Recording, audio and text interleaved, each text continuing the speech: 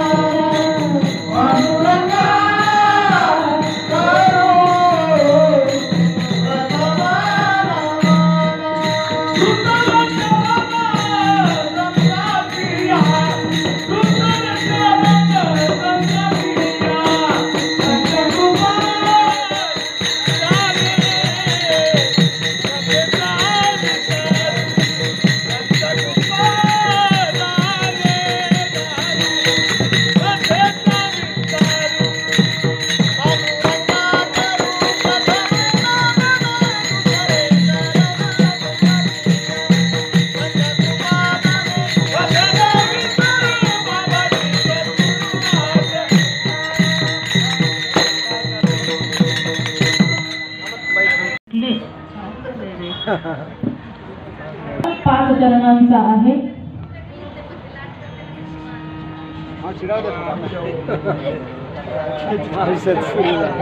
हे निमुद्रेच्या कीर्तनाला घेऊन जाते पुत्र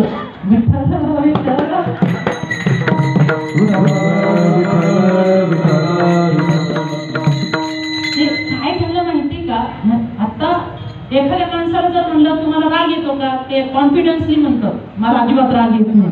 मग त्याची परीक्षा पाहिली जाते, नाही येतो तुम्हाला राग, येतो तुम्हाला. न रागवणारा माणूसही रागवू शकतो, अशी अवस्था झाली आता. पण तरी कुल सगळेजण कोणीच लोड घेऊ नका, कारण मशीन लोड घेते आणि ते मशीन वेळोवेळी बंद पडतंय. आपल्याला सगळं सामावून सेवा पार पाडायची आहे. मशीन बंद पडल्यामुळे पुन्हा पुन्हा कार्यक्रमात वातावरण निर्मितीसाठी वक्त्याची, गायकांची, वादकांची सगळ्यांची फटफटिती होऊ शकते. ही तुम्ही मनाची तयारी ठेवा.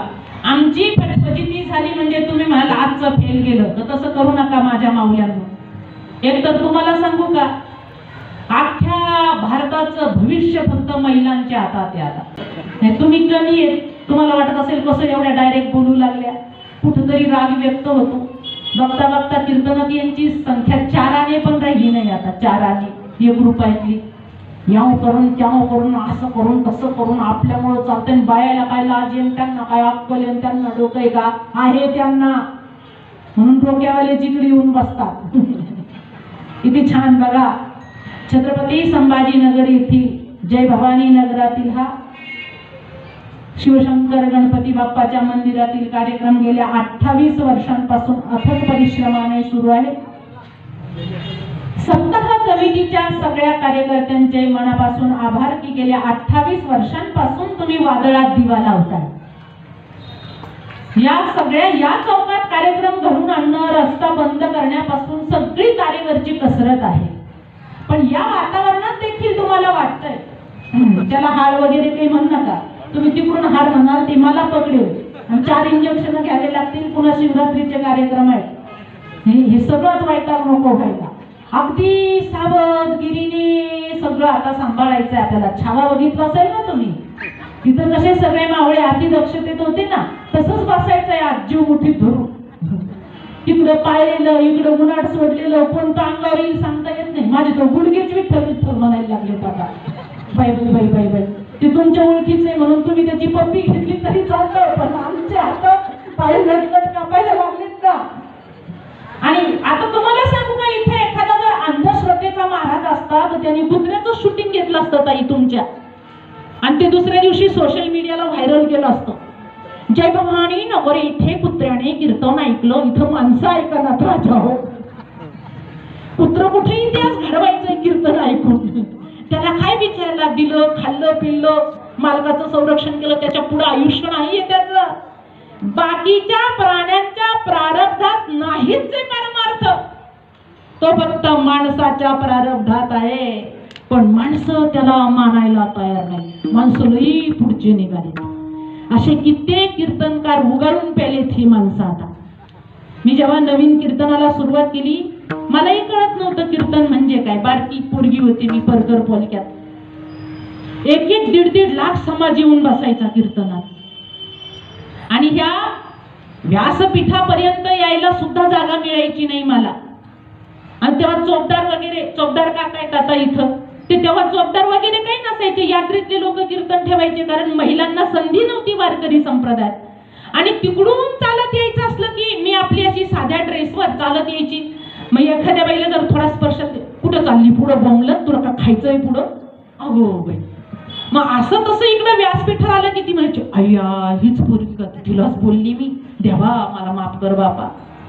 पण फक्तच कीर्तनकारला बोलू नये, बाकीच्यांना सगळ्यांना झापावं असं काही नसतं. सगळ्यांच्या अंतरी देव वास्तव्य करतो. आणि मग सगळ्यांची रिस्पेक्ट ही ईश्वर पूजा आहे, हे जाणलं पाहिजे.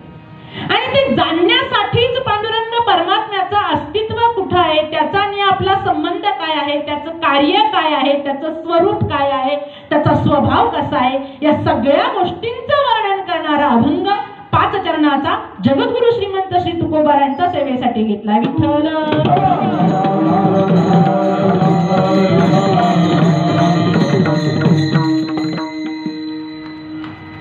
पहिल्या चरणामध्ये तुकोबाराय सांगतात देव आमचा आहे. पहिल्या चरणामध्ये जगद्गुरु श्रीमंत श्री तुकोबारायांनी देवाचा आणि आपला संबंध सांगितला. ते जे आपलं हे नेऊन सोडा त्याला घरी, कारण हे बाकीचे त्याला त्रास देत आहे. विठ्ठल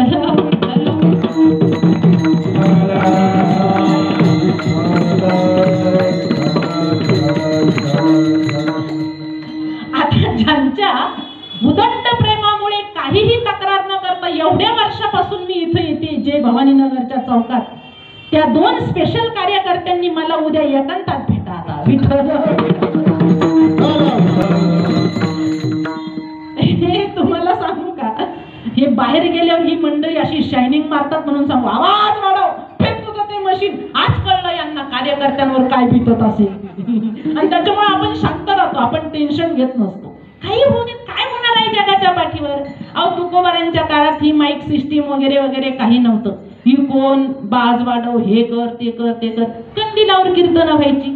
पण ती कीर्तनं व्यवस्थित पार पाडायची. त्याचं कारण काय होतं, तो परमार्थ शायनिंग साठी नव्हता राजांनो, देवाशी ऐक्य साधण्यासाठी होता.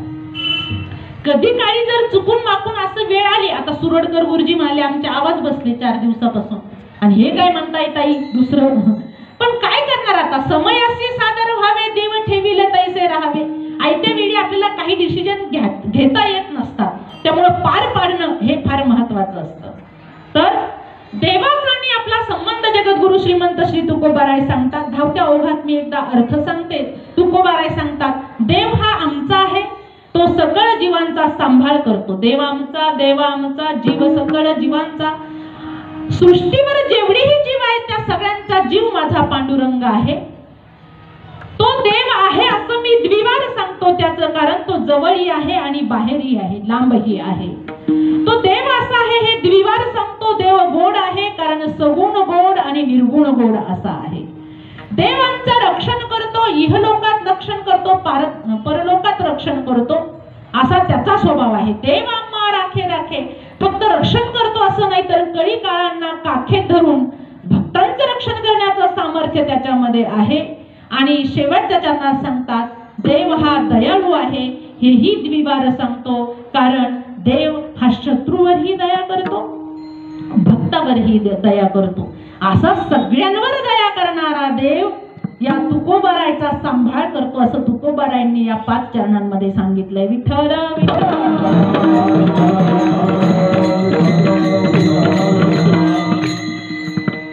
त्यापैकी पहिल्या चरणाचा विचार करूया. जगद्गुरु श्रीमंत श्री तुकोबाराय ठामपणे सांगताय, देव आमचा, देव आमचा. पहिल्या चरणात सांगितला देवाचा आणि आपला संबंध. काय संबंध आहे, तर तो आमचा आहे. ज्या गोष्टीचा आणि आपला संबंध आहे, ज्या गोष्टीची आपल्याला अनुभूती आली, त्या गोष्टीविषयीच माणूस ठामपणे बोलू शकतो, अन्यथा नाही. लक्षात आलं तुमच्या? नसेल आलं तर पुन्हा व्यावहारिक उदाहरण देते. समजा आपला जावई कसा आहे हे जेव्हा सासूला कळलं, तेव्हा सासू जावयाचे गोडवे गात असते, नाही का? कसा आहे, माझ्या पिंकीला लई जीव लावतो, प्रत्येक सणाला साड्या घेतो, तिने कधी मायराला यायचं म्हणलं तर पाठवतो, दिवसातून 4दा मायला फोन केला तरी जावई रागवत नाही. मग त्या जावयाचे गुणगान सुरू होतात. एक बाई त्या जावयाला उभी गात होती, आंब्याचा ग आंबरस पाणी टाकून केला नाश, बाई माझ्या गठकीला नवरा मिळाला गांजा खस. जावयाला उभ्या. जावयाला का उभी राहू शकली? कारण जावई तिचा आहे. जो व्यक्ती आपला असतो त्याच्याविषयी गुणगान करता येतं ना. भाऊ आपला आहे, दर दिवाळीला आपला लाडगोड करतो, मुरळी येतो, घ्यायला येतो, गाडीतनं नेतो, भारी भारी साड्या घेतो, आपल्या पोरांची लाड करतो. मग बाई सासरी राहते, माहेरी राहते. वाटाच्या रे वाट सरा, काय पातोशी खेड्याला, सोन्याचं कुलूप माझ्या भाऊच्या वाड्याला. सोनं तिजोरीत बघितलंय आपण, पण कोणी वाड्याला सोन्याचं कुलूप लावलंय का? इथं काही व्यंकटरमणा गोविंद आहे? एवढं वैभव आहे इथं, समोरच आहे ज्वेलरीचं दुकान. बघा भाव काय आहे तो, डोळे फिरतील तुमचे. चोराच्या तावडीत जायला सोन्याचं कुलूप कुणी लावेल का? पण कारण काय आहे? भावावरचं प्रेम. हे मुस्लिम बायका नाही करत बरं. काही काही गुण त्यांची घ्यायचे असतात. मुस्लिम बायांना तुम्ही काही द्या, त्या नाही असं ओव्या गाणार. एका हिंदू बाईचं तिने पाहिलं, ती अशी गुणगान करती, माहेराचं ओवी गाती सकाळी उठल्याबरोबर. आपण पण गाऊयात म्हणून ती एका हिंदू बाई सोबत बसली, मुस्लिम बाई ओव्या गायला. हिंदूबाईंनी सुरू केलं. आता कोणी ऐकायला असतं की लई इंटरेस्ट येतो माणसाला. गोष्ट आली एखादी की ऐकणारा पाहिजे फक्त. तिला वाटलं तर माझं ऐकायला आली का. हिने मस्त पदर खोवला, जात्यावर बसली, दळण दळायला लागली आणि ओवी गाती. माझा भाऊ मुंबईला गेला, माझा भाऊ दिल्लीला गेला, माझा भाऊ प्रयागराजला गेला, त्रिवेणी संगमात स्नान झाल्यावर तिकडून दारू पिऊन आला. अगो बाई, काय उपयोग आहे त्याचा. त्या मुस्लिम स्त्रीने विचार केला यात काय आहे असं. तिने शॉर्टकट करून घेतल्या ओव्या. ती म्हणली जिधर जिधर तेरा गया उधर उधर मेरा भी गया. याला म्हणतात टॅलेंट. गाव काय कळलं पाहिजे.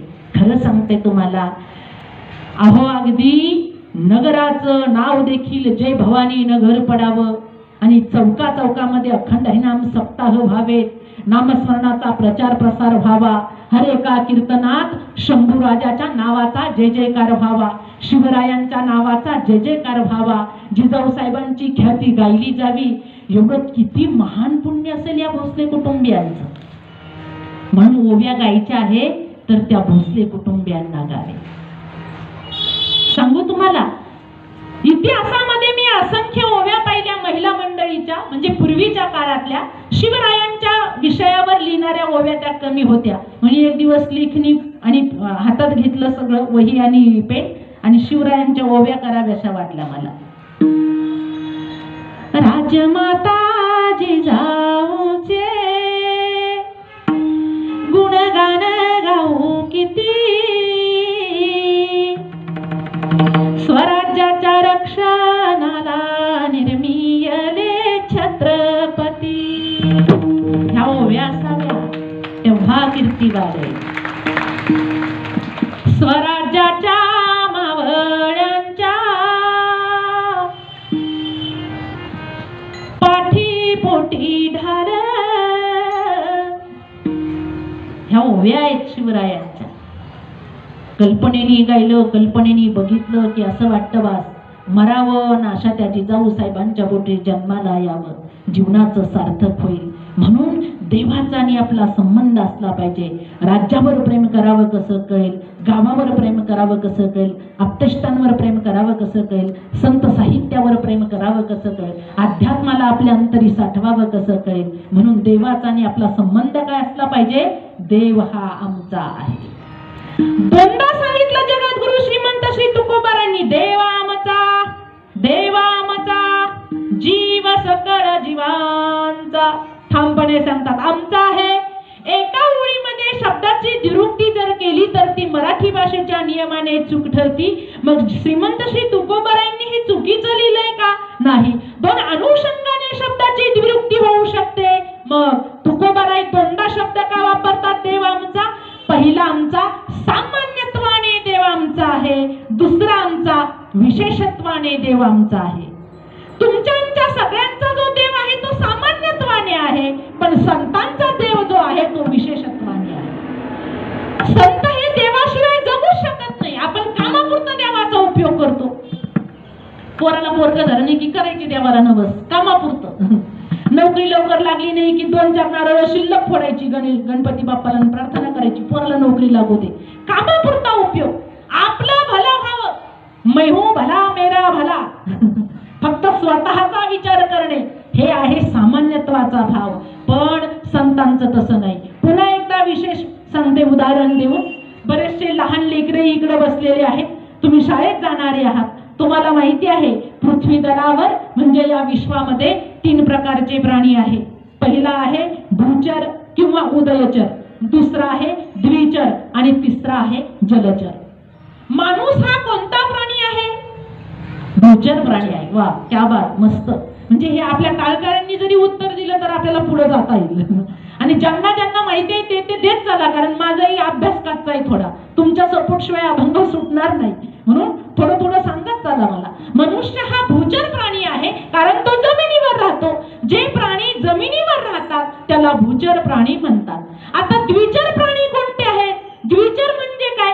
जमिनीवरही राहणारे आणि पाण्यातही राहणारे. तुम्ही म्हणाल कोणते. पाणकोंबडी, पाणसाप, कासव, बेडूक. त्याला पाण्यात सोडलं चालतात असे प्राणी. मग काही लोक असे आहे भूचर प्राण्यांसारखे, काही लोक असे आहे द्विचर प्राण्यांसारखे, जे परमार्थातही चालतात, संसारातही चालतात. असे जरा हुशार असतात. इकडं आलं की आपलं आपलं आपलं, तिकडं गेलं की आपलं आपलं आपलं, सगळीकडं जिथं तवा गरम आहे तिकडं पोळ्या भाजून घेतात अशी लोक. पण एक भाग आहे तो आहे जलचर प्राणी. तो जलचर प्राणी कसा आहे? तो पाण्यातच वास्तव्य करतो आणि त्या जलचर प्राण्याला जर पाण्यातनं बाहेर काढलं तर तो क्षणात जीव सोडतो. संत सांगतात आम्ही तसे आहोत. याला म्हणतात विशेषत्वाने देवावर प्रेम करणे. विशेषत्वाने देवावर प्रेम करणे. असं प्रेम असावं. जीवना वेगळी मासोळी, जीवना वेगळी मासोळी, जीवना वेगळी मासोळी, जीवना वेगळी मासोळी.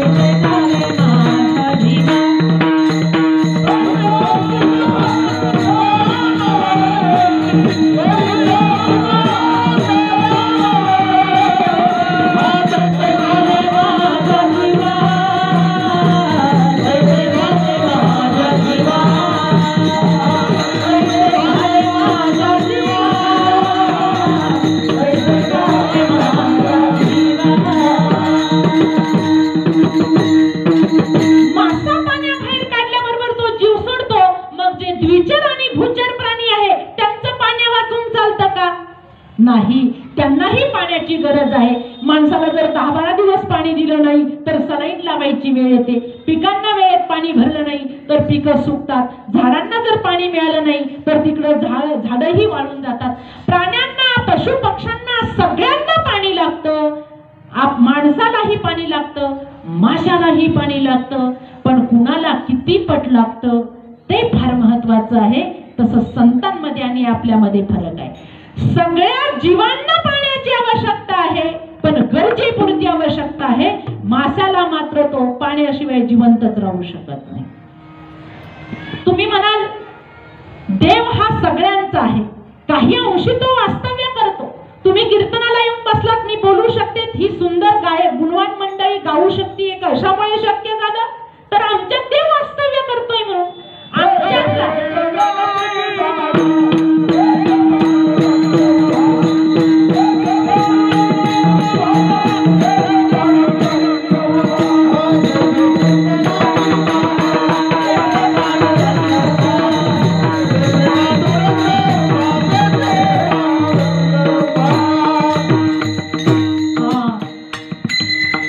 क्या बात. जिथे कीर्तन असतं सुरू तिथं पांडुरंग सूक्ष्म रूप धारण करून हजर असतो. पण अजून सांगू, कीर्तन नसलं तरी आपल्यात देवच वास्तव्य करतोय म्हणून आपण जिवंत आहोत. आपल्यातला आत्माराम निघून गेला की आपल्याला 5 तासाच्या वर घरात ठेवत नाही. तुम्ही बंगला कितीही कोटीचा बांधा, तुम्ही किती लोकांचे गळे कापा, 2 नंबरनी कमवा, 4 नंबरनी कमवा, केवढेही धन साठवून ठेवा, पण असं काही नाही लई संपत्ती साठवली, कोट्याधीश झाला म्हणून त्याला 4-5 दिवस शिल्लक ठेवून घेऊ घरात. हे आपल्याच पोटची लई विचित्र आहे. फार पुढचे ते आपलेच ते काही लोकांचे आणले का? आणि आपल्याला नाही माहिती तर काय शेजारनी सांगतील का त्याचा हिशोब? अगं बाई, ती लई पुढचे आहेत आपल्या. जोपर्यंत आपल्याकडून घ्यायचं आमचेचे आमचेचे आमचेचे. एखादी सासू जर पिवळी धमक असली ना, बसलेल्या सासवांनो, तुम्हाला शेवट गोड करायचा असेल तर लई मोठं सोनं घेऊन ठेवा. आता गेला चान्स, आता लई भाव वाढला, तुमचे हातपाय चालनात. पण माझं पोरगं, माझी लेक, माझी सून म्हणून सगळं देऊन मोकळ्या होऊ नका. एकदा त्यांनी त्यांच्या ताब्यात घेतलं की ती आपली वाट.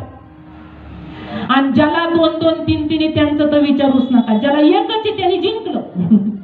लोक म्हणतात तुझे भाऊ, दुसरं कोण सांभाळणार, प्रॉपर्टी तुला घ्यायची, सांभाळायचं पण तुलाच. पण ज्यांनी चान्स घेतला, याला काही झालं तर पुढे अजून वंशाला दिवा असावा ना. 2-2, 3-3 जन्माला घातले आणि त्या 3-3 पोरांनी म्हातारपणी यांचा फुटबॉल केला रे. फुटबॉल 6 महिने तुझ्याकडं, 6 महिने त्याच्याकडं, 6 महिने याच्याकडं. वाटून घेतली माय वाटून. पण ती एकच माय अशी होती. लहान असताना तीनही लेकरं तिच्या अवतीभोवती खेळत आहे. कुणी पाणी सांडतं, कुणी चुलीत पाणी ओततं, कुणी भाजी ओतून देतं, कुणी ताटाला लात मारतं, कुणी पाळण्याची दोरी ओढतं. पण त्या आईने कधीही तक्रार केली नाही. निमूटपणे त्यांची सेवा करत राहिली. आईच्या जेवत्या ताटामध्ये पोरांनी मांडीवर झोपल्या झोपल्या सुसू गेली. पण त्या माईने ते ताट गुपचूप बाजूला सारलं, पुन्हा उपाशी पोटी कामाला लागली. हिला आई म्हणतात. जी निस्वार्थपणाने आपल्या पुत्रावर प्रेम करते ती आई असते. म्हणून आई आणि बापाची कुणी जागा घेऊ शकत नाही. हे प्रत्येक कीर्तनकार सांगतात. सोशल मीडियावर एकाला भूत आला, ते गेलं आणि सोशल मीडियावर म्हणतं की उठसूट माय बापाच्या गोष्टी सांगून लोक नावारूपाला येत आहे. म्हणजे मग तुझ्या बापाचं काय गेलं? सांगू दे ना. एक म्हणाला हे जे सांगतात ते तरी त्यांचे मायबाप सांभाळतात का? नसतील सांभाळत. काय हरकत आहे? शक्य झालं तर सांभाळतील, नाही झालं तर नाही सांभाळणार. पण समाजासमोर सांगणं ही गरज आहे विश्वाची. या त्या गावाला फिरायचं म्हटल्यावर नाही आई बापाकडे लक्ष देत आहेत. हे विश्वाची माझे घर म्हणून जगावं लागतं कधी काळी. आणि जर दुर्लक्ष झालं तर मग काय त्यांचं माभाडं काढायचं. उलट समाजाच्या समोर सांगितलं पाहिजे. 15 पोरं जर आपल्या जन्मदात्या मायबापांकडे नीट लक्ष देत नसतील, त्यातल्या 4 पोरांनी जरी ऐकलं तरी कीर्तनाचं सार्थक झालं. ही काळाची गरज आहे. कारण त्या माऊल्यांचे अश्रू पुसले जातील, तिचा शेवट गोड होईल. म्हातारीला तरी काय करायचं? मोक्षान आत्मान पिंड हे तर काही कळत नाही त्यांना बिचाऱ्यांना. भाकऱ्या थापू थापून लेकरं लहानाचे मोठे करून आयुष्य गेलं त्यांचं. आता ज्या शिकल्या सवरल्या त्यांनाही डब्बे करून नवऱ्याचा ताल सांभाळू आयुष्य गेलं त्यांचं. नवरे काय सोपे वाटले का तुम्हाला बायांनो? अगो बाई बाई बाई बाई बाई बाई. हा, तुम्ही मला यांना अनुभव दिसतो. मी पण संसारीच आहे आणि मला एकटीलाच अनुभव आहे असं नाही. पुरुष मंडळी तुमची संख्या कमी, तुम्ही लई केविलवाणी बसलात. बायका काय सोप्या वाटल्या का तुम्हाला? बायकोनी जीव लावावं असं जर तुम्हाला वाटत असेल तर प्रत्येक सणाला भारीतली साडी, एखादा दागिना. तिच्या माहेरची लई भारी असतात नमुने. एक कंस मामा, दुसरा शकुनी मामा. पण तरी म्हणावं लागतं आमची स्वालीबाई, त्यांचं लई लक्ष असतं आपल्याकडे. तेव्हा बायको थोडीशी खुलत. प्रेम माणसाचं माणसावर नाही लक्षात घ्या. जेव्हा एखादा पुरुष आपल्या पत्नीवर प्रेम करतो तिचा गैरसमज असतो त्याचं माझ्यावर प्रेम आहे. महिला मंडळी ध्यान देऊ नये का? कुठल्याही पुरुषाने पत्नीवर प्रेम केलं नाही. त्याचं प्रेम असतं त्याच्या वासनेवर. त्या वासनेच्या पूर्ततेसाठी तो स्त्रियांना आपली म्हणत असतो. आणि पुरुष मंडळी तुम्ही लई बारीक तोंड करू नका. तुम्हालाही सांगते, तुमची जर बायको घरी गेल्यावर लई पुढे करत असेल, तुम्ही आले कामावरून की पाणी घेता का, गरम पाणी देऊ का, कॉफी देऊ का, लई थकलेले दिसतात, साखर टाकून, भांबावून जाऊ नका. ती भूत लई पुढची आहे.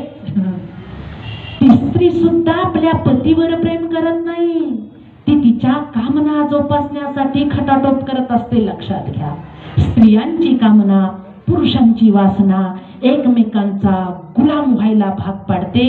केवळ चालली सगळी थट्टा थट्टा थट्टा. या थट्टेने कुणालाही सोडलं नाही राजांनो. बरी नव्हे थट्टा, बरी नव्हे थट्टा, भल्या भल्या सिला गेला थट्टा, बरी नव्हे थट्टा, भल्या भल्या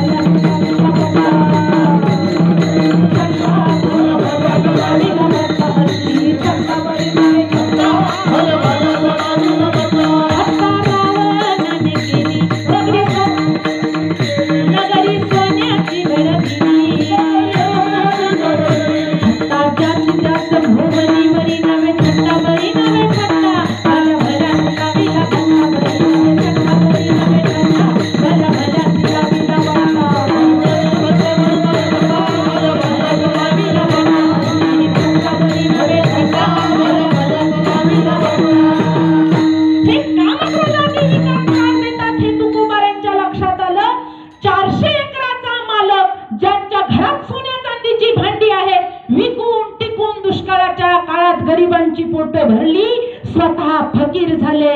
कधी भामचंद्र डोंगर, कधी भंडारा डोंगर, अखंड नामचिंतन करायला लागले. लोकांनी प्रश्न विचारला, तुकोबाराय गोसावी झाला तो, तुम्ही गोसावी. धनसंपत्ती विकली, गरिबांना मदत केली, सगळ्यांची पोट भरली, पण आज तुमच्या हातात काही उरलं नाही, असं तुमच्याकडे आहे काय? तुकोबाराय बोलले, तुम्ही ज्या संपत्तीला मोजताय, काउंट करताय, ते माझ्या हिशोबात बसत नाही. माझा तो आहे तो फक्त देव. म्हणून आत्मविश्वासाने सांगतो, तो जो देव आहे तो विशेषत्वाने आमचा आहे. अभंगाचे पहिले चरण.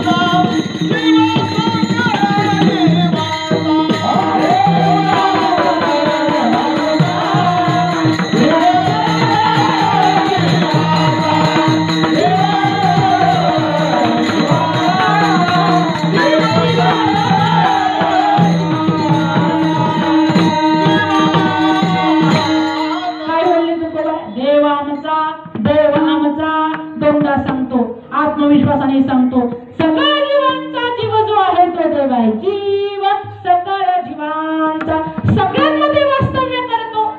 लोकांना प्रश्न पडेल, जर देव सगळ्यांमध्ये वास्तव्य करतो, देव मूळतः एवढा चांगला आहे, मग लोक वाईट का वागतात? काही बघा, शेजारणीच्या दारात कचरा लावतील, आपलं झाडायचं, लोकांच्या दारात ढकलायचं. मग तिच्यात अंतरी देव वास्तव्य करतो ना. देव असं मागेल का? काही लोक बिडी आवडतात आणि थोडक्या शेजाऱ्याच्या बंगल्यात फेकतात. लोक गप्प नाही बसत. खेड्यापाड्यामध्ये तर लोक शेतकरी असतात, ते बांधच करतात एकमेकांची. लई फुडीचे लोक. एखाद्या गर्दीत जर गाडी उभी केली तर टायराची हवा सोडून देतील. देव असं उद्योग करेल? प्रत्येकाच्या अंतरी देव आहे ना. नीट ऐका. ज्ञानोबा राय बोलले, देव प्रत्येकामध्ये आहे, पण स्वभावतः तो कशात गेला, तो स्वभाव तो आत्मा धारण करत असतो. जसं की पाणी एकच आहे, ते सागरातलंच आहे. बाष्पीभवन झालं, आकाशात गेलं, ढगात रूपांतर झालं, ती ढगं पृथ्वीभर पसरली, नंतर ती बरसली, त्याच्यामुळे आमच्या सगळ्यांची तहान भागली. पण पाणी कुठलं आहे? ते सागरातलंच आहे. विहिरीतलं असलं काय, नदीतलं असलं काय, ओहळ नाल्यातलं असलं काय, पाणी सागरातलं आहे. पाणी ते तहान भागवणार आहे. पाणी ते एकच आहे, पण ज्याच्या पात्रात गेलं तो आकार धारण केला. जैसे जीवनाची उदक विशी होय मारक, कापिरिये माझी तीख उसी गोड. ज्ञानोबा ज्ञानेश्वरीत बोलतात, जैसे जीवनाची उदक, आपलं जीवन आहे ते पाणीच आहे. विशी होय मारक, विषामध्ये गेलं, मारक ठरतं ते.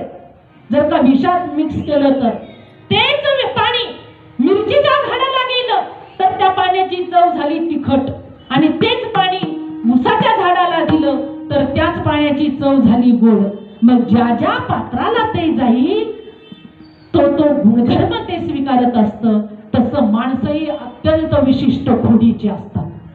लई खोडीची माणसं. जेवढे नमुने आहेत तेवढ्या वेगवेगळ्या खोड्या आहेत. माणसं काही साधे नका समजू तुम्ही. एखादंच असतं प्रांजळ मनाचं, ते साधू तत्वाला पोहोचतं राजांनो. आणि त्या साधू तत्वाला पोहोचण्यासाठीच तर आम्हाला नामस्मरणाला स्वतःला वाहून घ्यायचं आहे.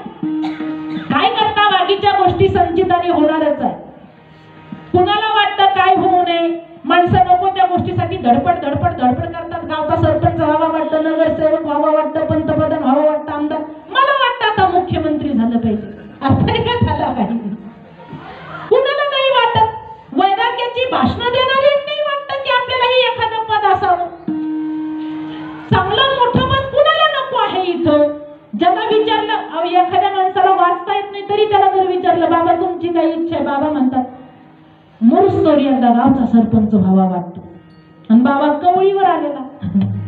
बाबाच्या मुखात एकही दात नाही तरी बाबाला सरपंच व्हावं वाटतं का? अशा अपेक्षा फार विचित्र आहे. लक्षात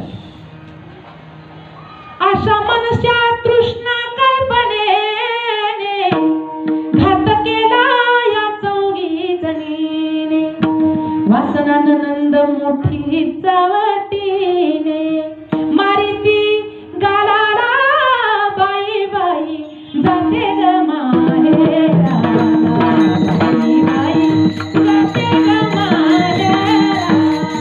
बाई बाई जाते ग माहेरा. बाई जाते ग माहेरा. बाई बाई जाते ग माहेरा. बाई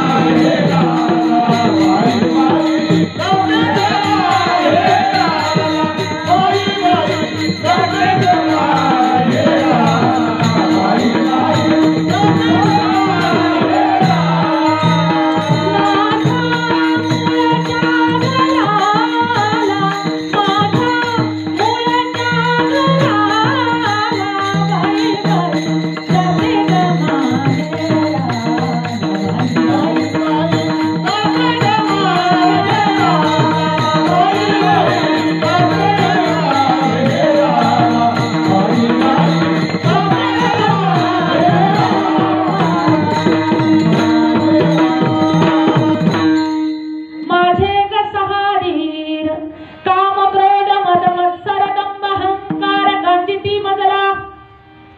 अपेक्षाच माणसाला नको त्या मार्गाला घेऊन जातात.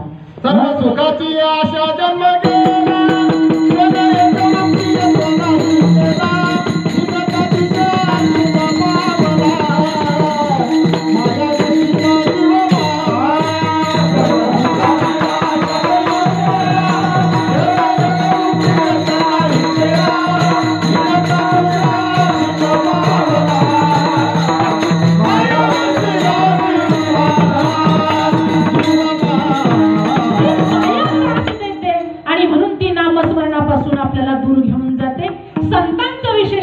प्रेम आहे तुमचं आमचं संकुचित आहे म्हणून थोडं व्यापक झालं पाहिजे.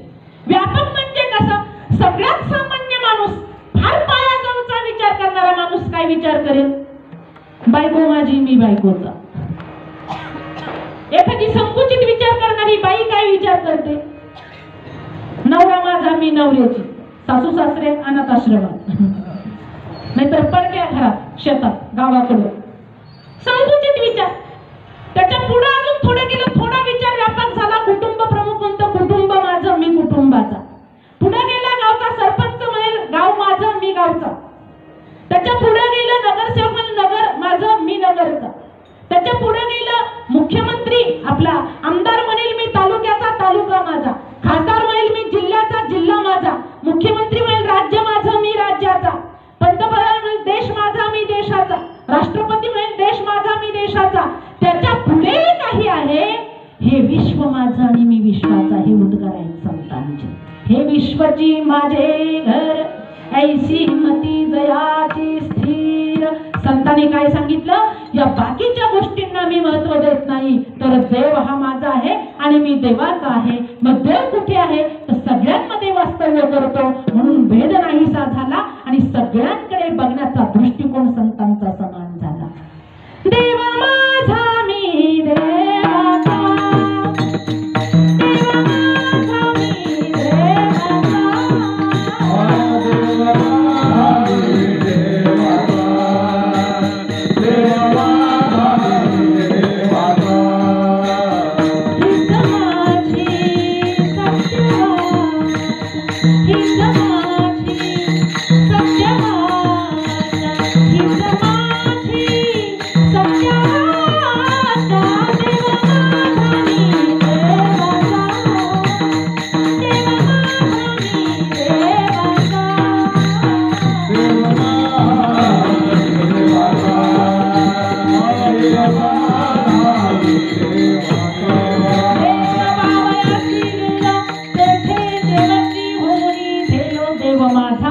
मी देवाचा हीच माझी सत्यवाचा, त्याच अनुषंगाने देवामचा जीव सकळ जीवाचा, देवाचा आणि आपला संबंध सांगितला. लोक म्हणाले तुम्ही देव आमचा आहे असं म्हणतात, पण देव आहे का हो?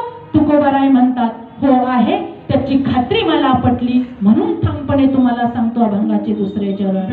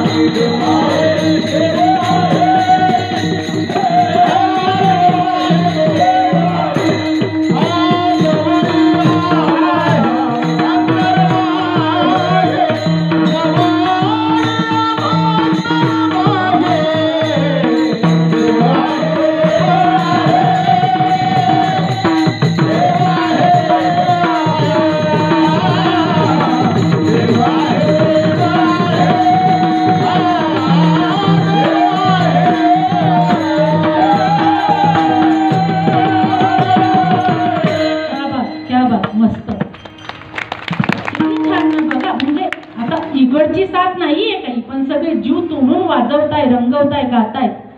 तुमचे तर आवाज बसलेत, मला तर तुमची दया यायला लागली. माधव महाराज बघा कसं आहे ना, याला म्हणतात खरं हिरे.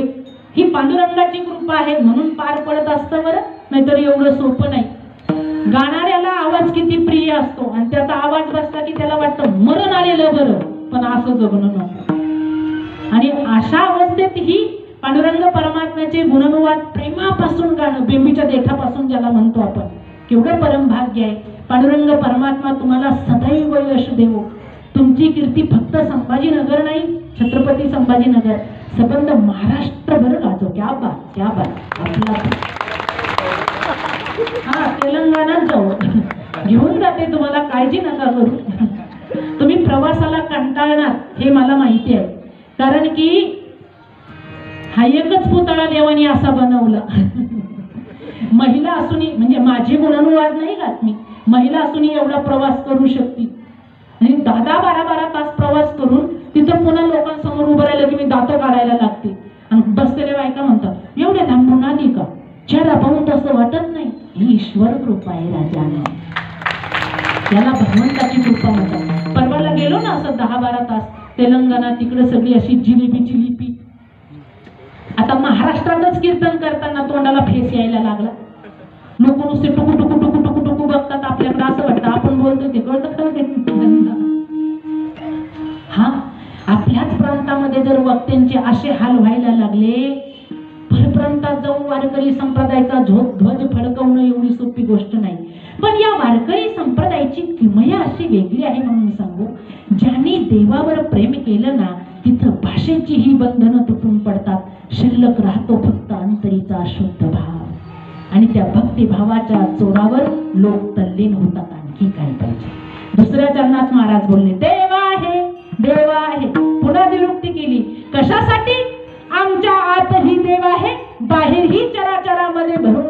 देव आहे, आमच्या आत आहे हे आम्हाला कळलं नाही, कारण सद्गुरूंची कृपा झाली नाही. ज्ञानोबाराय बोलले, श्री गुरु निवृत्तीनाथांच्या कृपेमुळे माझ्या अंतरीच देव वास्तव्य करतोय हे मला कळलं, आणि म्हणून मी विश्वातल्या प्रत्येक आत्म्याचा जय जयकार करायला शिकलो. काय भाषा आहे वात्सल्य रूपी संतांची. नाही तर आपलं चाललं हे तीर्थ शिल्लक ठेवलं नाही आपण, आणि टीव्ही बघून बघून डोक्याचं भरीत झालं आपल्या. ते टीव्हीत नाही का काहीतरी असा कर वाद्य वाजताना देव प्रगट होतो. वत्सा काय पाहिजे तुला येड्या बायांनो, तसा नसतो देव येत, सांगते तुम्हाला. असा तुम्हाला अवतार धारण करून देव भेट देणार नाही, देव मूर्तीतनं प्रकट होणार नाही. ते फक्त आपलं श्रद्धास्थान आहे. पुन्हा लक्ष देऊन ऐका, देव विशिष्ट अवतार घेऊन तुमच्या समोर उभा राहणार नाही, देव मूर्तीतनं तुम्हाला भेट देणार नाही, देव तुमच्या अंगात येत नाही. आणि टीव्हीतला देव खरा नसतो. शूटिंगचा शॉट संपला की तो बाजूला जातो, टीव्हीतला देवानी शिगारे ओढायला लागतो. हा देव आहे का? कारण त्याचा भूमिका संपली, रोल संपला, बाजूला गेला की ते गुटखा खायला लागतं. मग हा देव आहे का? ती फक्त भूमिका आहे. हे प्रकर्षाने लक्षात आलं पाहिजे. भूमिका करणारे वेगळे आणि वास्तव असलेलं वेगळं. तर मग देव कोण आहे? आम्ही स्वतः देव स्वरूप जीवन जगणं याला देव म्हटलेलं आहे. अहंकार करून पडला पाहिजे, देव निर्माण होईल. वासना नाहीशी झाली पाहिजे, देव निर्माण होईल. काम क्रोधादी विकार संपले पाहिजे, आपणच देवाचं रूप होऊ. देव होण्यासाठी लागतं काय? नामस्मरणाची साधना लागते. आणि नामाचं तेज इतकं भारी असतं म्हणून सांगू, ज्या ज्या माऊल्या अखंड नामचिंतन करतात ना, त्या माऊल्यांना मेकअप करायची गरज नाही, फेरन लवली विकोटर मध्ये लावायची गरज नाही त्यांना. त्या नामस्मरणाच्या तेजाने ती माऊली प्रफुल्लित दिसत असते. काही काही बायका सुंदर दिसण्यासाठी काय नाही करत, फेशियल कर, आमक कर, तमक कर, वेगवेगळ्या क्रीम वापर. सासूला म्हणते, माझ्या सासूला काय कळत, दगड येतो आताचा जमाना तसा राहिला का. आणि चारदा फेरन लवली लावणाऱ्या बायका पाहिजेत. मी सांगा मी कशी दिसते भूती. काय म्हणावं आता, मी कशी दिसते त्याहीपेक्षा मी करते काय याला महत्व दिलं गेलं पाहिजे. आणि आपल्या हातात आहे. वीर पराक्रमी कन्यापुत्रांना जन्माला आपल्याला घालायचं आहे. देशाचं भवितव्य जपणारे कन्यापुत्र आपल्या कुशीत वास्तव्य करतात 9 महिने 9 दिवस. आणि ती कुस नामस्मरणानं पवित्र झाली पाहिजे. आणि ज्यांनी जन्माला घातलं ते रोज हातभट्टीची लावून आलं पाहिजे. झालं कल्याण. बापाचीही तेवढीच भूमिका आहे. खंबीर राहा, स्वतःच्या निर्णयावर ठाम राहा, वारकरी संप्रदायाचे पाईक बना. संतांना शरण जाल तर उद्धारून जाल. संत ते केवळ कृपेचे दीप, संत ते माझे निज स्वरूप. या लागी सत्संगे फिटे ताप, होती साधक निष्पाप. देव जवळ आहे, संतांची कृपा झाली नाही, कळलं नाही. मग देव लांब शोधायला गेला तर चराचरात भरून उरलेला आहे. तो कुठे नाही सांगा ना. भक्त प्रल्हादाची कथा सगळ्यांना माहिती आहे.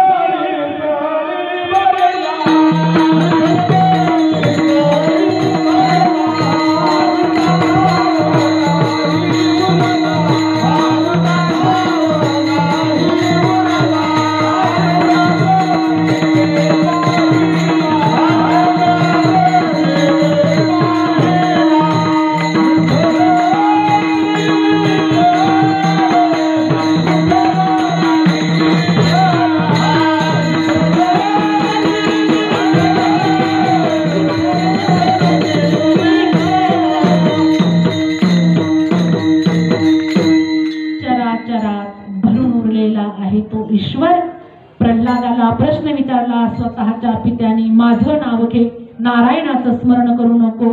प्रल्हादाने नामस्मरण सोडलं नाही. तेव्हा बापाने प्रश्न केला, कुठे आहे तुझा नारायण? प्रल्हादाने शांततेत उत्तर दिलं, सर्वत्र आहे, प्रत्येक ठिकाणी आहे. मग त्याला अडवण्यासाठी दुसरा प्रश्न, या खांबात आहे का तुझा नारायण? प्रल्हाद म्हणाला, कुठे नाही ते विचारा, सगळीकडे आहे. खांबाला लात मारली, कथा भाग सगळ्यांना माहिती आहे. खांबातनं प्रगट झाला, नरसिंहाचा अवतार धारण केला, नरसिंहाचा, आणि प्रल्हादाच्या बापाला मोक्ष दिला. बघा, प्रत्येक ठिकाणी तो भरून उरलेला आहे, तर त्याचं स्मरण का करू नये? तो जवळ आहे हे का कळत नाही?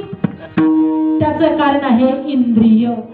इंद्रिय आमच्या ताब्यात नाही तेव्हा तो जवळ आहे याची ओळख होत नाही. दुसरं कारण आहे मन. मनही माणसाला साथ देत नाही म्हणून तो आमच्या अंतरी आहे याचा भाव लवकर प्रगट होत नाही. तिसरं कारण आहे बुद्धी. बुद्धी ही माणसाची खूप चालायला लागली की ती बुद्धी काय सुधारू देत नाही. विश्वामध्ये श्रीमंत गरीब असंख्य प्रकारचे लोक आहेत. देवाने फक्त एकच गोष्टी सगळ्यांना सारखी दिली. कुणाला सुंदर केलं, कुणाला कुरूप केलं, कुणाला अति गोरं केलं, कुणाला अति काळं केलं, कुणाला सावळं केलं, कुणाला चपटं केलं, कुणाला नपटं केलं, कुणाला देखणं केलं, कुणाला श्रीमंत बनवलं, कुणाला भिकारी बनवलं, कुणाला राजा बनवलं. हा देव आहे तो काय आपल्याला सांगून नाही करणार. एकच गोष्ट देवाने सगळ्यांना सारखी दिली ती म्हणजे बुद्धी. बुद्धी कारण आतापर्यंत मला एक पण नमुना भेटला नाही की तो असं म्हणला मला देवाने बुद्धी जरा कमीच दिली. म्हणून तर बघा ना ते कसं पाहतं आपल्याकडे. ते म्हणतो मी काय याला दिसतो का तुम्हाला? मूर्ख असतो तरी म्हणतं ते बुद्धिमान आहे मी असं असं बोलता. म्हणजे देवाने बुद्धी सगळ्यांना दिली असं आपण गृहीत धरूया. हे आपण गृहीत धरतो कारण लोक मानायला तयार नाही. येडही स्वतःला येड म्हणून घेत नाही एवढं ते शहाणं निश्चित असतं. म्हणजे बुद्धी दिली देवाने. देवाने सगळ्यांना सारखं काहीही दिलं नाही. लक्षात घ्या आपापल्या कर्मानुसार आपल्या पदरी पडलं पण वास्तव्य मात्र सगळ्यांच्या ठाई आहे म्हणून आमची हालचाल व्यवस्थित चालू आहे. ईश्वर सर्वभूतानां हृदयेऽर्जुन तिष्ठति भ्रामयन् सर्वभूतानि यंत्रारूढानि मायया. अस्तित्व सांगतात. पहिल्या चरणात सांगितलं संबंध, दुसऱ्या चरणात सांगितलं अस्तित्व, तिसऱ्या चरणामध्ये सांगितलं देवाचं स्वरूप. अभंगाचे तिसरे देव गोड देव गोड देव गोड देव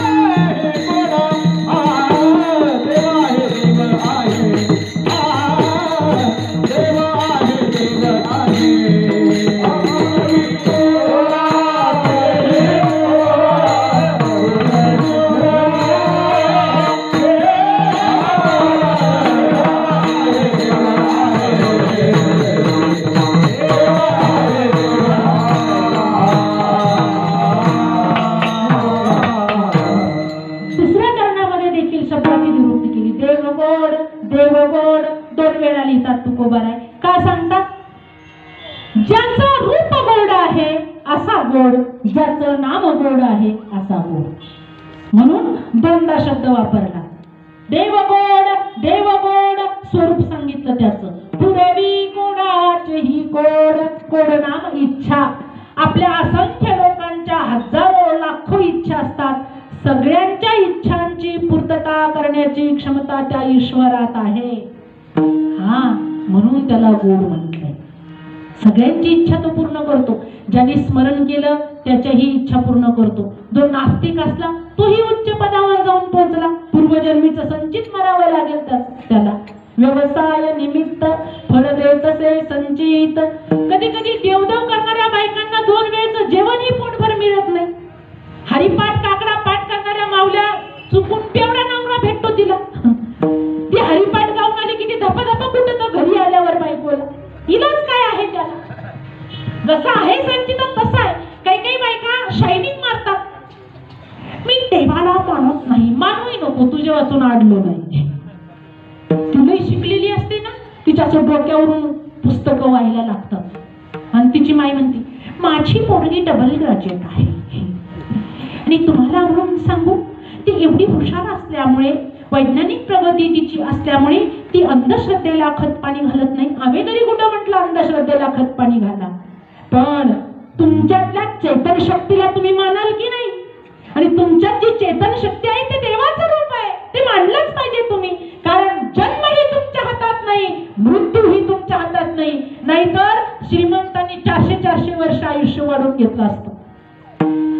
एअर कंडिशनच्या गाड्या, बंगले, नोकर चाकरे, 17 पिढ्यांना धनपूर येईल आणि कशासाठी गबाळ साठवून ठेवलं एवढं? हे बाकीच्या भूतांनी खाल्ल्यापेक्षा मीच खाल्लेलं बरं नाही का? दे देवा अजून 200 वर्ष आयुष्य.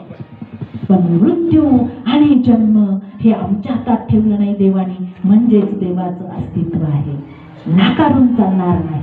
पण शिकल्या सवरलेल्या बाया यांच्या तर डोक्यात हैवान गेलंय आता, हैवान. आणि मोबाईल आला तेव्हापासून तर लई धिंगाणा झाला. आता फक्त मोबाईलवर थांबणार नाहीये अनिल महाराज पटकन. हा, पुढं अजून लई वाढणार आहे नागरे महाराज. तुम्ही किती सत्ता करा, काही करा, लोक लई पुढचे विज्ञानावर प्रीती करणारे. 50 वर्षाचा कालावधी असा असेल की यंत्रमानव निर्माण होईल आणि तो यंत्रमानव आपले सगळे काम करून देईल. माणूस ड्युटीला निघाला की डब्बा भरून देणं, स्वयंपाक करून देणं, त्याचा बिछाना झटकणं, त्याचं घर झाडून काढणं, तो यंत्रमानव सगळे काम करेल. माणसाला बायकोची गरज राहणार नाही आणि बाईलाही माणसाची गरज राहणार नाही, तशी टॅलेंटेड असली तर. येड्याचा गोळा असला तर म्हणजे आपल्याला काय कळतो बाई माणूस, आपण आपली धावकोपाटीपर्यंत. ए बाई, काय घेऊन बसलीस बाई माणूस? जगायचं म्हटलं तर कुठल्याही हिमतीवर माणूस जगू शकतो. राजमाता जिजाऊ साहेबांनी स्वराज्य स्थापनेचं स्वप्न बघितलं, साकार केलं, घडवून दाखवलं. त्याच राजमाता जिजाऊ साहेबांच्या नातवाची मंडळी राणी ताराबाई साहेब, ज्या शंभूराजांना औरंगजेबानं हाल हाल करून मारलं, माझ्या ताराराणी साहेबांनी शपथ घेतली, माझ्या जर दिराचे असे हाल केले आहे तर मी या औरंगजेबाला पुन्हा दिल्लीच्या तख्तामध्ये ऐशाराम करण्यासाठी पाठवणार नाही. माझ्या सासऱ्याचं जे स्वप्न होतं, माझ्या दिराचं जे स्वप्न होतं ते मी सत्यात उतरवून दाखवीन. त्या औरंगजेबाला याच महाराष्ट्राच्या मातीत गाडीन तरच नावाची ताराराणी साहेब. हिम्मत असावी ती अशी. मी ठरवलं तर सगळं होतं बरं. ब्रिटिशांची सत्ता आली होती, आठवला भाग म्हणून सांगते. ब्रिटिशांची सत्ता आली, त्यांनी हळूहळू व्यापारी म्हणून आले, कार्यकर्ते बनले, देश सगळा ताब्यात घेतला, गिळंकृत करायला लागले. आपले शूरवीर पराक्रमी त्यांचे नौकर बनले. काय करावं कळेना. जे काही होते युद्ध पुकारू शकत होते, त्यांना आपलेच भाऊबंद साथ देत नव्हते, करावं काय कळत नव्हतं. त्यामध्ये भारतामधील एक पहिली ब्रिटिशांची जवान म्हणून नोकरीला लागली ती हिंदुस्थानी स्त्री होती. तिचं नाव होतं मीरा आर्या. भारतातली पहिली जवान मीरा आर्या त्या काळात देखील नोकरीला लागली. तिचा जो पती होता तो ब्रिटिशांचा एक सरलष्कर होता, मोठ्या अधिकारी पदावर होता. सुभाषचंद्र बोस यांनी क्रांतीचं पाऊल उचललं, बंड फुगायला सुरुवात केली, ठिकठिकाणी ठिणग्या पडायला लागल्या. ब्रिटिश सरकार सावध झालं, जर या ठिणग्या पडल्या तर याचा ज्वालामुखीत रूपांतर होईल, बघता बघता आपल्याला भारत सोडावा लागेल, ही वेळ आपल्यावर येऊ नये म्हणून ज्यांनी बंड पुकारला त्यांना पारतंत्र्यात टाकायचं ठरवलं. सुभाषचंद्र बोसचा पत्ता विचारायचा, शोधायचा आणि त्यांना पकडायचं, त्यांना तुरुंगात टाकायचं. म्हणून मीरा आर्या यांच्या पतीकडे ही मोहीम राबवायला दिली. जबाबदारी तुमच्याकडे आहे, सांभाळायचं तुम्हाला आहे. सुभाषचंद्र बोस हे गिरफ्तार झाले पाहिजे. मीरा आर्या ही भारताची जवान आहे. तिने ती गुप्त खलबत ऐकली, अंग शहारलं, थरारलं, भारत मातेला वंदन केलं. हे भारत माते, या क्रूर लोकांचा गुलाम होऊन जगण्यापेक्षा या मातीला माझ्या रक्ताचा अभिषेक केला तरी चालेल, पण आता यांना साथ द्यायची नाही. म्हणून पतीसमोर कुजबुजली, तुम्ही सुभाषचंद्र बोसला अटक करून देणार का? तेव्हा तो म्हणाला, ज्याचं मीठ खावं त्याची चाकरी नीट करावी. मला पकडून देण्याचा आहे, आदेश ब्रिटिशांचा आहे, तो मी पाळला पाहिजे, कारण मी सरलष्कराचा अधिकारी आहे. तिच्या लक्षात आलं पतीचं मन डिवाइड होणार नाही, ते सुभाषचंद्र बोसला पकडून देणारच. म्हणून मीरा आर्याने काय केलं, ब्रिटिशांच्या संरक्षणासाठी जी हत्यारं आपल्या जवळ होती त्याच हत्याराने स्वतःच्या पतीची कत्तल केली आणि हर हर महादेवाचा नारा करत निरार्या ही देशाच्या संरक्षणासाठी बाहेर पडली. पती गेला. गोऱ्यांची शंका प्रबळ झाली. जर सर लष्कराचा अध्यक्ष मरू शकतो याचा अर्थ घरातूनच काहीतरी झालं असावं. नीरा आर्याला ताब्यात घेण्यात आलं. तिला तुरुंगात डांबलं. खूप टॉर्चर केलं. फार छळ केला. सांग कुठे आहे सुभाषचंद्र बोस? इकडं नवऱ्याला मारलं, तिकडं सुभाषचंद्र बोसला सांगितलं जमीनदोस्त व्हा, कुठेतरी गायब व्हा, लपा, देश वाचवायचा आहे, देशाला स्वातंत्र्य पाहिजे, तुमच्यासारख्या जवानांची देशाला गरज आहे, म्हणून तुम्ही पहिले लपा. सुभाषचंद्र बोसनी आपल्या सगळ्या तुकडीच्या समवेत सुरक्षित जागी जाऊन थांबले. आता नीरा आर्या ही इंग्रजांच्या ताब्यात आली.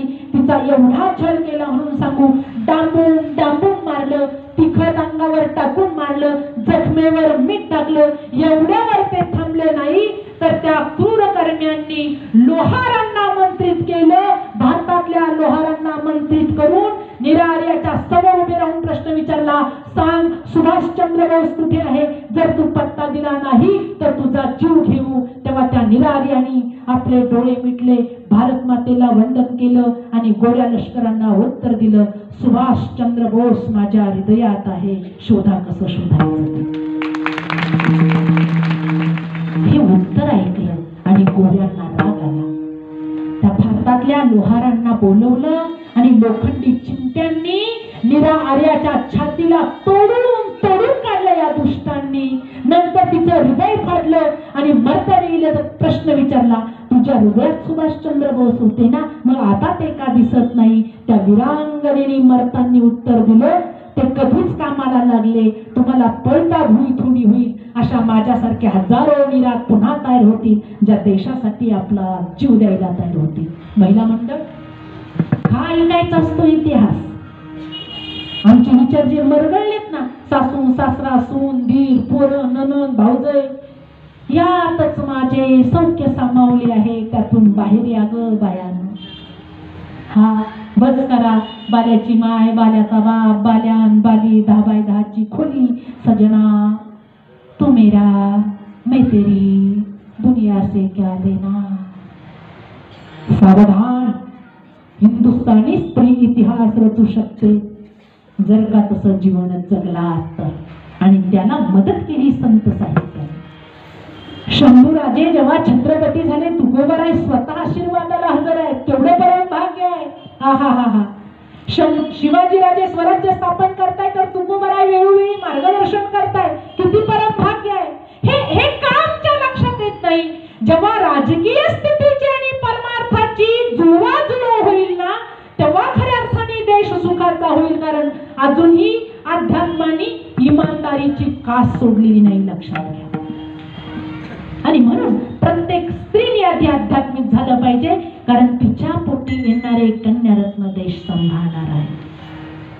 हा, ते रडगाणं बंद करा. आता आपल्याला होईल का, आपल्याला जमेल का, असं कसं झालं बाई, तसं कसं. बरोबर आहे, देवाच्या कृपेशिवाय काही होत नसतं. मी कीर्तन करत फिरते महाराष्ट्रभर, महाराष्ट्राच्या बाहेर ही मी करणारी कोणी नाहीये. जन्मोजन्माची पुण्याई साथ देते तेव्हा या नारदीय गादीवर येण्याची संधी मिळते. हा संघर्ष सोपा नव्हता. या व्यास गादीवर येऊन बोलण्याचं सामर्थ्य ईश्वराने दिलं, आपण करणारे कुणी नाही. हे एका जन्मात भाग्य येत नाही, लक्षात घ्या. बसलेल्या स्त्री पुरुषांपैकी हरिपाठ गाणारे जरी नित्य नेमाने हरिपाठ गाणारे जरी असतील तर भाग्यवान आहेत ते आत्मे. हा हा हा हा, खरंच टाळ्या वाजल्या पाहिजे त्यांच्यासाठी. का? कारण की करण त्यांच्या नशिबात नाहीये हे सगळं. देवाचा भक्त, अध्यात्माचा भक्त होऊन जन्माला येण्यासाठी जन्मोनजन्माची पुण्याई लागते. एक बाई म्हणली, पोट फुटूस्तोवर बोलता बाई तुम्ही, कसं जमतं तुम्हाला? बायका लई भोळे असतात, कडा कडा बोट मोडतात, तोंडावरून हात फिरवतात, काही काही लाडा लाडा शिव्या पण देतात. कसं जमतं ग पोटकर पिला. पण त्या शिवीच्या मागं प्रेम आहे, लक्षात घ्या. ते प्रेम मी जाणू शकते. हा, त्या प्रेमाने बोलतात, प्रश्नही विचारतात, बाळा कसं शिकली ग तू? संत सांगतात, हे नाही सहज शक्य होत. याची लागी ओ त्याची आले भोग, याची लागी ओ त्याची आले भोग, याची लागी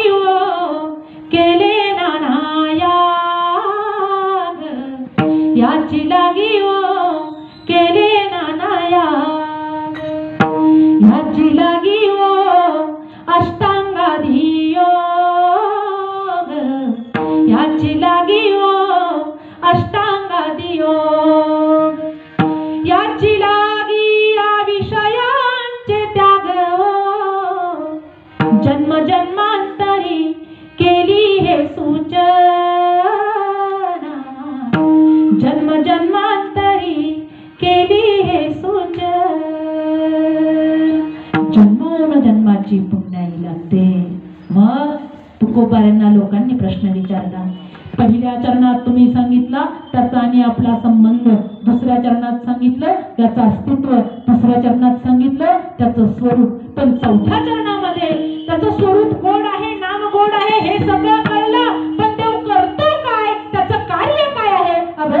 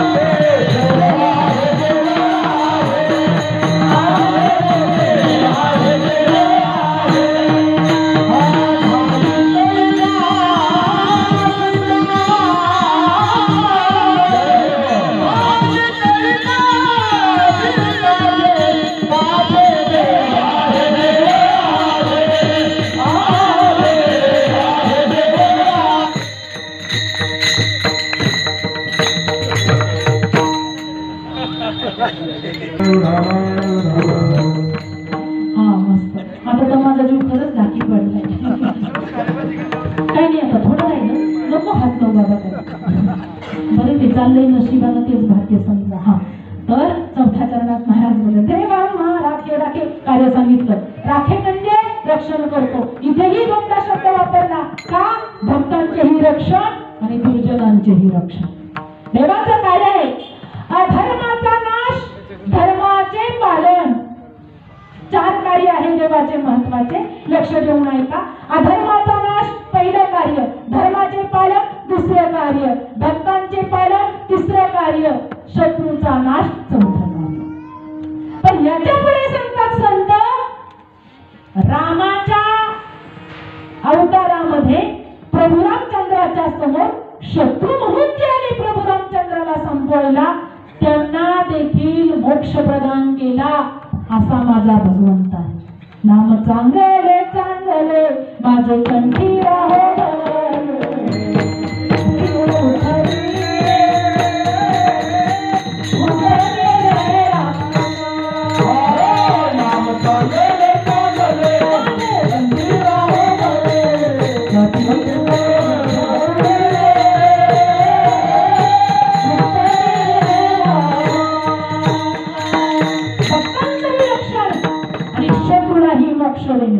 देवा राखे राखे.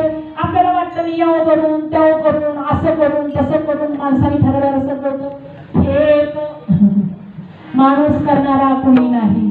अरे तितील पुण्य साठवणाऱ्या बळीला जर का जमिनीत काढलं देवानी, त्याच्या कुणी नाही लागावं. पुण्य करणाऱ्याचं पापात रूपांतर करतो, पाप करणाऱ्याला उच्च गाडीवर नेऊन बसवतो. कितीतरी 2 नंबरचा धंदा करणारी लोक करोडपती आहेत. आता काबाड कष्ट करणारी माझी माई लुगड्याला काठी मारते, तिचं डोकं झाकायला देखील पदर नीट नाही, पण साहेबाची साहेबी एअर कंडिशन मध्ये आहे, तिला एसी ओव्हरलोड झालाय. आता असाच आहे तो देव, त्याचं कामच ते आहे. जनाबाई काही वेगळी होती का देवावर चिडायला? काय बोलली जनाबाई? पुण्यवंत पाताळ लोकी गेला, तरी तिचा भाग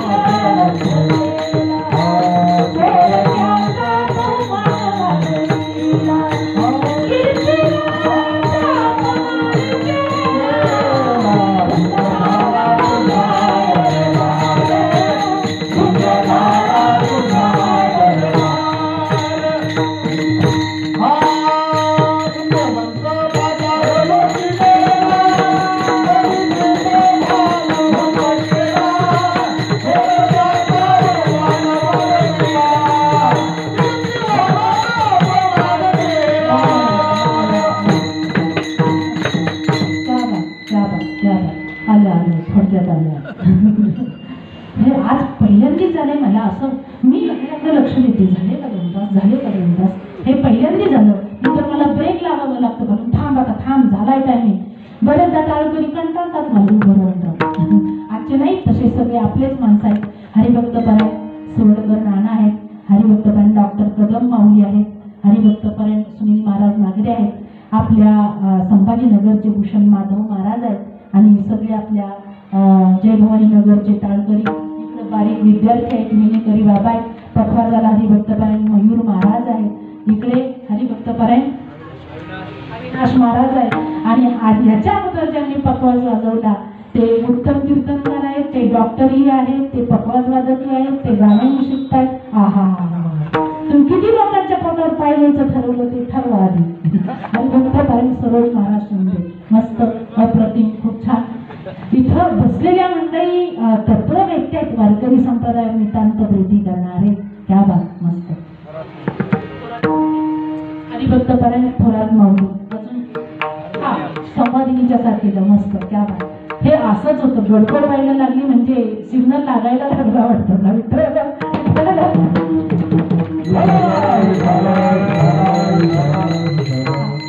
आणि माझे पती आहेत समाधिनीच्या साथीला, तेही असतात. आज बाबा होते, बाबा आधीच बसत नव्हते थोरात माऊली हार्मोनियमला. ते म्हणाले गुरुजी येतात नसतं, मी बरं आहे बाजूला, म्हणलं असं काही नसतं, बसा तुम्ही. आणि त्यांना क्लासवरून यायला उशीर झाला, आणि ते मला जीवनसाथी लाभले हे माझं भाग्य आहे, कारण मी महाराष्ट्रभर वारकरी संप्रदायाचं कार्य अबाधित करू शकते. नाहीतर अवघड आहे सगळ्या समाजात फिरणं आणि आपलं सगळं ज्ञान गुण कलागुण लोकांना वाटणं, ही एवढी सोपी गोष्ट नाहीच आहे. घरातली माणसं जेव्हा साथीला असतात तेव्हाच परमार्थ नीट होऊ शकतो. त्यामुळे सगळ्यांशी पंगा घ्यायचा, पण घरातले नीट सांभाळायचे. ज्यांना यशस्वी जीवन जगायचं आहे त्यांच्यासाठी सूत्र सांगितलं. आणि नागरे महाराज खूप छान, मस्त. दरवर्षीचा नागरे महाराजांची फार तळमळ असते. यावेळेस मी म्हटलं घ्या दखून यावर्षी. नागरे महाराज म्हणाले असं करू नका ताई, तुम्हाला यायलाच लागेल. अनिल महाराज आहेत, ही मंडळी ना म्हणजे जीव ओवाळून टाकावा असे प्रेम करणारी माणसं आहेत. महाराष्ट्रावर मी दौऱ्यावर असते, रात्रंदिवस प्रवास असतो, तर सख्या भावाप्रमाणे हे सगळी मंडळी मला सांभाळतात. म्हणून मला तुमचे खरंच कौतुक करावेसे वाटते. आणि चांगलं काम करणाऱ्यांचं नाही कौतुक करायचं, नाही त्रास देणाऱ्यांचं करायचं. मग त्रास देणारे काही कमी नाहीये, पावले आहेत ते, खळ संपलेले नाहीत. म्हणूनच विश्व प्रतिज्ञेमध्ये ज्ञानोबराय बोलले, जे खळांची व्यंकटी सांगत तया सत्कर्मी रती वाढ भूता परस्परे पर मैत्र जीवांचे. अशा खळ प्रवृत्तीच्या माणसांच्या वृत्तीचा नाश हो अशी प्रतिज्ञा करतात ज्ञानोबराय. ती माणसं संपवा असं नाही म्हणत. आता लोक डॅशिंग झाले, ते म्हणतात ते चुकलं का त्याला संपवा. संत ते नाही म्हणत. संतांना आईचं अंतःकरणाचं का म्हटलं तर ते वृत्ती सुधारण्याचा प्रयत्न करतात, माणसं संपवण्याचं काम ते करत नाही. म्हणून देवापेक्षाही संतांना श्रेष्ठत्वाचा भाव प्राप्त झाला. त्या संतांच्या सानिध्यात आम्ही जन्माला आलो. आपलं आद्य कर्तव्य आहे या हरिनामाच्या पॅन्डलमध्ये नामस्मरण करायचं. विठोबा रखुमाई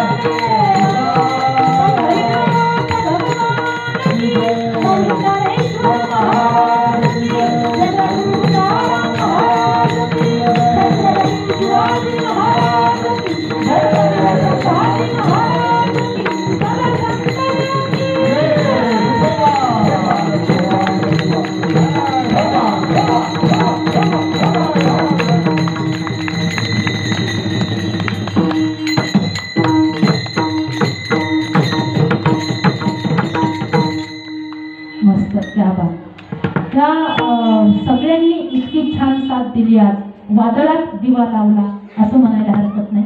खूपदा व्यत्यय येत होतं, पण त्याचा यत्किंचितही परिणाम न होऊ देता ईश्वरासाठी बोललं की सगळं सहज साध्य होतं असं म्हणायला हरकत नाही. आणि त्यामुळे हा कार्यक्रम व्यवस्थित पार पडला. मी आभार मानते त्या संत माईबापांचे, नतमस्तक होते त्यांच्या चरणारविंदावर. त्यांनी हे तत्वज्ञान दिलं नसतं तर माणसं माणूस म्हणून जगूच शिकले नसते. देवा म्हा राखे राखे घाली कैकाळासी काखे, देवा हे जवळी आम्हांतर हे. मग शेवटच्या चरणात सांगितलं तो देवाचा स्वभाव कसा आहे. स्वभाव देव दयाळ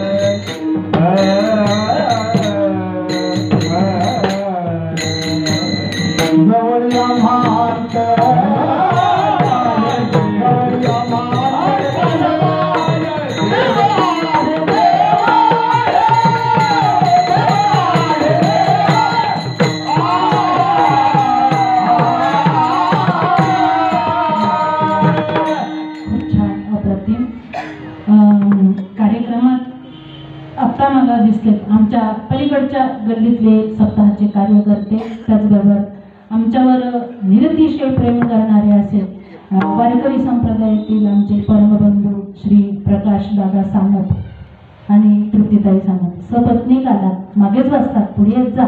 विठ्ठल विठ्ठल.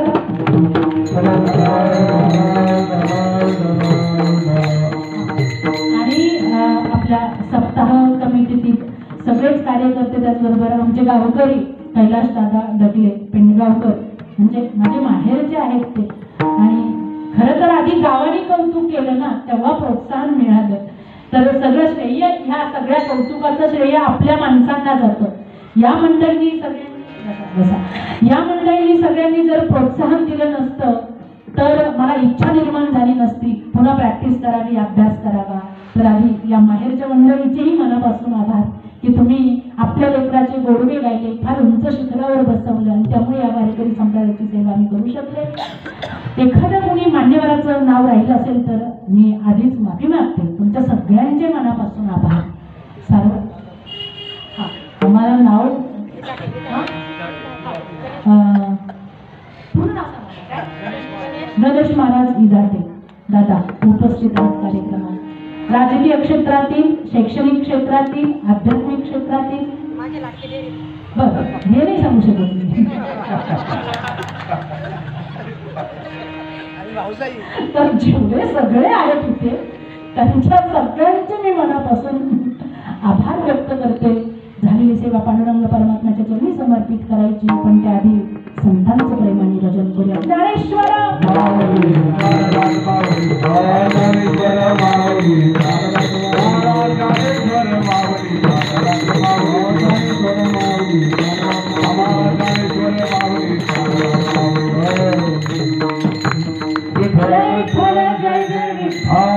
जय जय